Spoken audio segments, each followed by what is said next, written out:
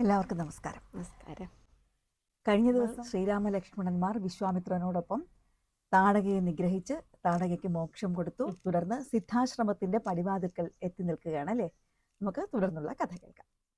താടകയ്ക്ക് ശരിക്കും മോക്ഷം കൊടുക്കുമായിരുന്നു.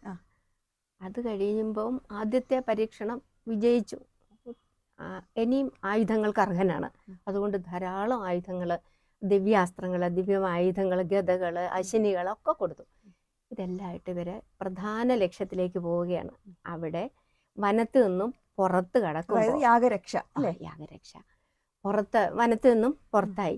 അങ്ങനെ നടന്നു പോകുമ്പോൾ ആണ് ഈ ഒരു നല്ല തപോവനവും അതിൻ്റെ നല്ല ഭംഗിയുള്ള ഒരു സ്ഥലം കാണും. വളരെ പ്രശാന്ത സുന്ദരമായ അത് തന്നെ. അപ്പൊ ചോദിക്കും, എല്ലാത്തിനും ഇവര് നല്ല ജിജ്ഞാസുക്കളാണ്.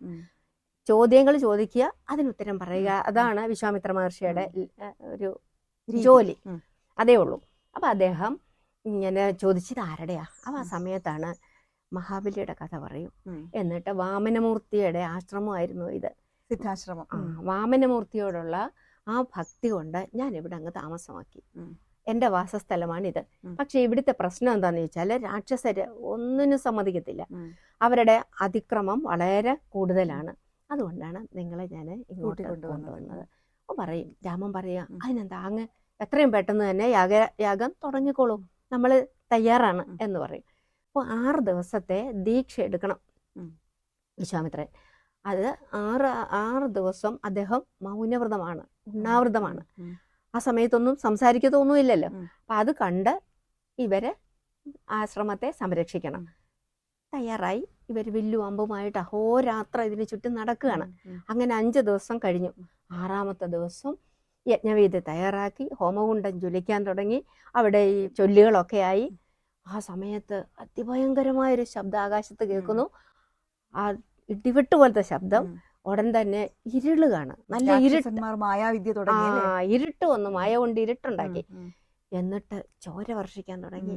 ഈ യാഗവേദി മുഴുവനും ചോരക്കളമായി. രാമൻ പെട്ടെന്ന് ആകാശത്ത് നോക്കുമ്പോൾ മാരീചൻ, സുബാഹു, അവരുടെ അനുചരന്മാരെല്ലാം ഇങ്ങനെ മക്കൾ, ഇവർ രണ്ടും ബാക്കിയുള്ളവരും നിരന്ന് നിൽക്കുകയാണ്.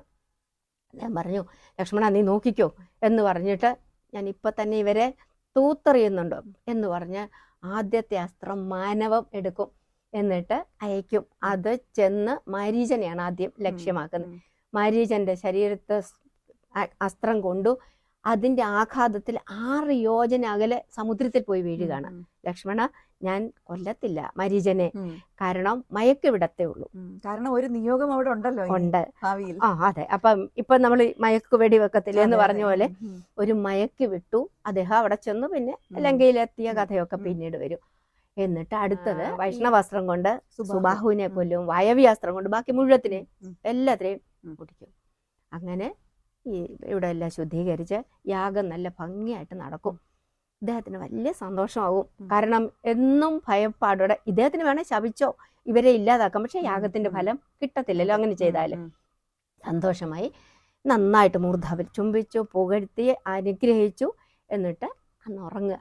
പിറ്റേ ദിവസം രാവിലെ എഴുന്നേൽക്കും. ചോദിക്കും, ഇപ്പോഴേ എന്ത് ചെയ്യണം എന്നുള്ള ഭാവത്തില് കുളിച്ച് വൃത്തിയായി ദിനകൃത്യങ്ങളൊക്കെ ചെയ്ത് ഇവരിവിടെ വന്ന് നിൽക്കും. ശ്രീരാമലക്ഷ്മണൻ രണ്ടുപേരും. ഇവര് ഉദ്ദേശിക്കുന്നത് എന്താ, ഇനിയിപ്പം തിരികെ അയോധ്യയിലേക്ക് പോകാവുന്ന യാഗരക്ഷയായിരുന്നല്ലോ ലക്ഷ്യം. അത് കഴിഞ്ഞു, ഇനി അങ്ങ് തിരികെ പോവാം. അപ്പൊ പറയും, നമ്മൾ അവിടെ ആശ്രമത്തിൽ ഇഷ്ടം പോലെ സന്യാസിമാരവിടെ ശിഷ്യന്മാര് പാർക്കുകയാണ്. ഇവര് വരുമ്പോ അവിടെ ഓടി വന്ന് ഇവരെ സ്വീകരിക്കുന്നു, അദ്ദേഹത്തിനെ നമസ്കരിക്കുന്നു. ഇതൊക്കെ നമ്മൾ ആദ്യം കാണുന്നുണ്ട്.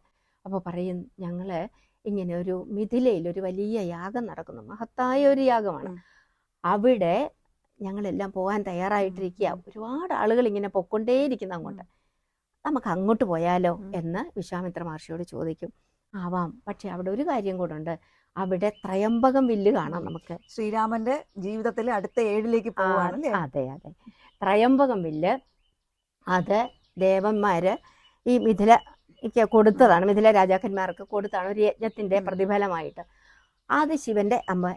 ആർക്കും അതെടുത്ത് പോക്കാൻ പറ്റത്തില്ല, ദേവദാനവന്മാർക്കും മനുഷ്യർക്കും ഒന്നും. എല്ലാവരും പരാജയപ്പെട്ട ഒരു സാധനം പൂജിച്ചു വെച്ചിരിക്കുക. ചന്ദനാകിലും ഒക്കെ കൊണ്ട് പുകയടുപ്പിച്ച് പൂജിച്ചു വെച്ചിരിക്കുകയാണ്. നമുക്കതൊന്ന് കാണാം എന്ന് പറഞ്ഞ് ഈ രാജകുമാരന്മാരെയും കൂട്ടി അവര് ആ വഴിക്ക് നടക്കുകയാണ്. നല്ല കഥകൾ. ഒരിക്കലും ഇവർക്ക് ക്ഷീണമോ വിശപ്പോ ദാഹമോ ഉണ്ടായില്ല. കാരണം മന്ത്രങ്ങളുണ്ടെന്ന് തന്നെയല്ല, ഈ വഴി നീളെ പറഞ്ഞു പോകുന്നത് നല്ല ഒന്നാന്തരം കഥകളാണ്. അവിടെ ഗംഗ എങ്ങനെ താഴെ വന്നു, ഭഗീരഥന്മാരെ കുറിച്ചൊക്കെ, ഈ അവരുടെ സകരപുത്രന്മാരെ മനസ്സിലൊരു പോസിറ്റീവ് എനർജി ഉണ്ടാക്കുകയാണല്ലേ.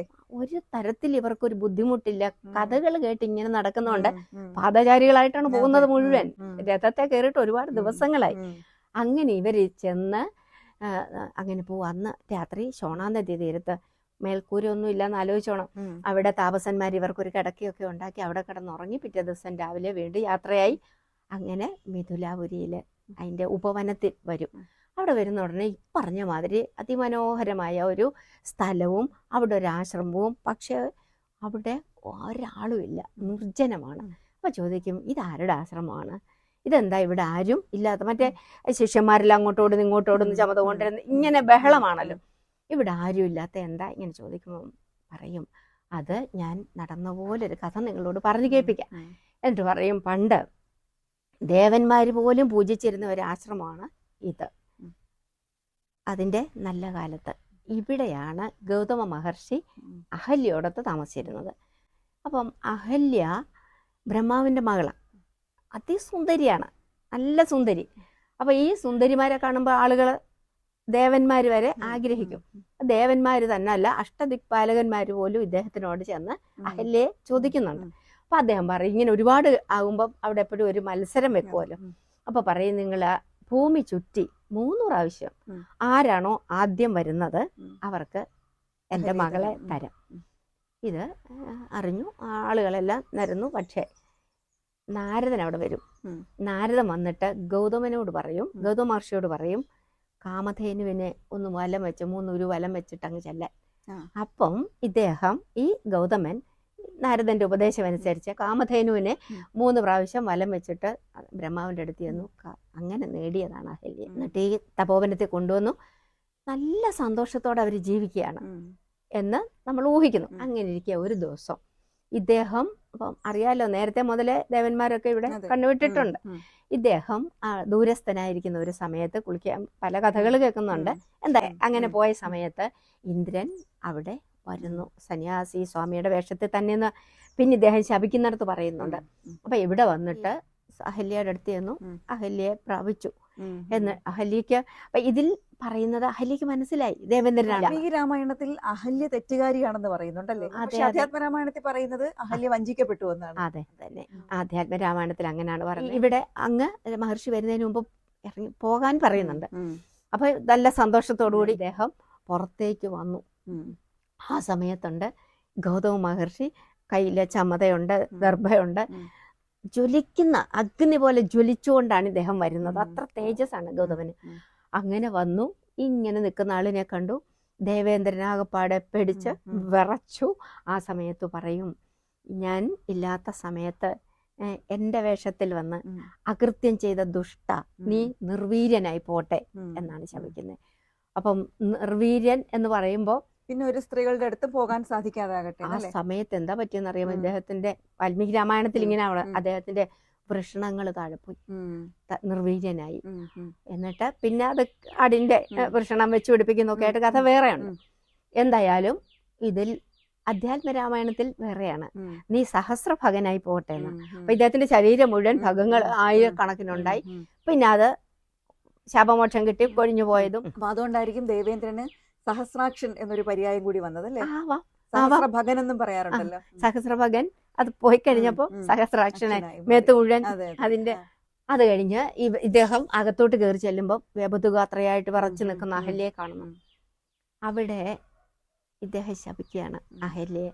കാരണം നിഹാരാധ പ്രകൃതിക്ക് എല്ലാ വെളിയിൽ നിന്നുകൊണ്ട് തന്നെ അനുഭവിച്ച്, വർഷമാണെങ്കിൽ മഴ, അങ്ങനെ ഒന്നിൽ നിന്ന് മോചനമില്ലാതെ ചൂടും എല്ലാം ഏറ്റ് വായു മാത്രം ഭക്ഷിച്ച് വെണ്ണീറിൽ കിടന്ന് നീ തപസ്സനുഷ്ഠിക്കണം എന്ന് വരെയാണോ ശ്രീരാമദേവൻ എന്നാണോ ഇതിനകത്ത് വരുന്നത്, ആ ദിവസം വരെ അദ്ദേഹത്തിൽ നിന്ന് അദ്ദേഹത്തിനെ പൂജിച്ച് അദ്ദേഹത്തിന്റെ കയ്യിൽ നിന്നും പൂതമാനസയായാൽ, നീ പരിശുദ്ധയായാൽ അന്ന് ഞാൻ നിന്നോടുകൂടി ചേരുന്നതാണെന്ന് പറഞ്ഞിട്ട് അദ്ദേഹം അങ്ങ് പിന്നെ ഹിമാലയത്തിലേക്ക് പോയി തപസ്സിനായിട്ട്.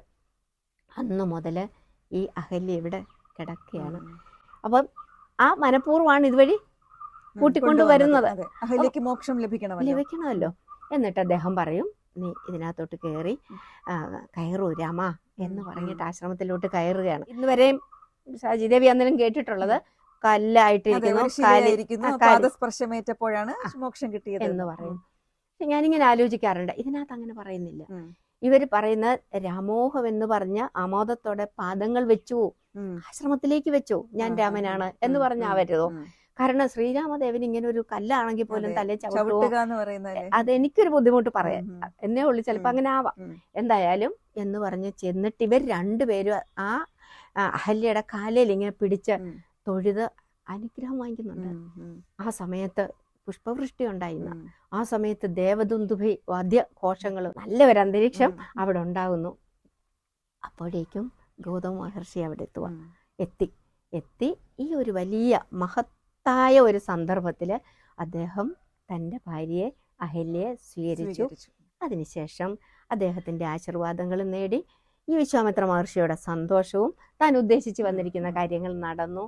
ഇത്രയുമായിട്ട് അവര് അവിടെ നിന്നും വീണ്ടും ഇങ്ങനെ മിഥിലാപുരിയിലേക്ക് പോവുകയാണ്. അപ്പോൾ മിഥിലാപുരിയിലേക്കുള്ള യാത്രയും അവിടുത്തെ സംഭവങ്ങളും നാളെ പറയാം.